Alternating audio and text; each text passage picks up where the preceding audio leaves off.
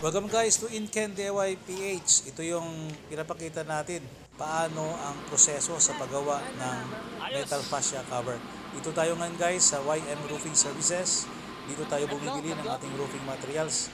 Kagaya ng ating order ngayon, yung metal fascia cover. Dito din tayo bumili ng ating long span, ng ating valley gutter, ridge roll, at iba pa guys, tech screw, halos lahat kumpleto dito sa YM Roofing Services.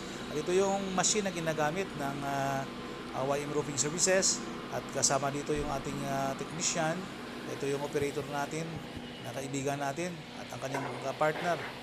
Ayun guys, kung paano i-cut yung metal para gawa or gumawa at magawa ng metal fascia cover guys. So tatlo yung in-order natin.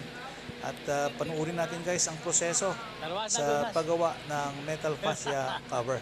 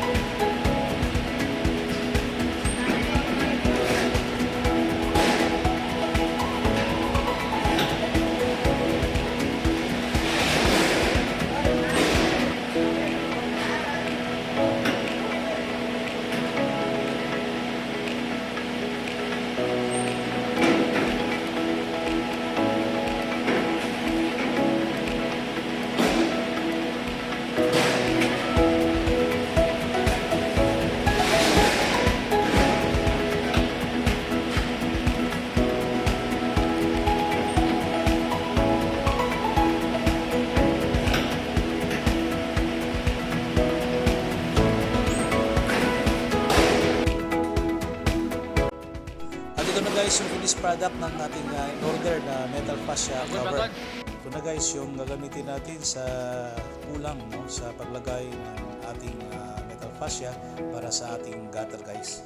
Yun, so yun lang guys ang proseso sa paggawa. Thank you for watching paggawa ng metal fascia cover. Inken DIY PH.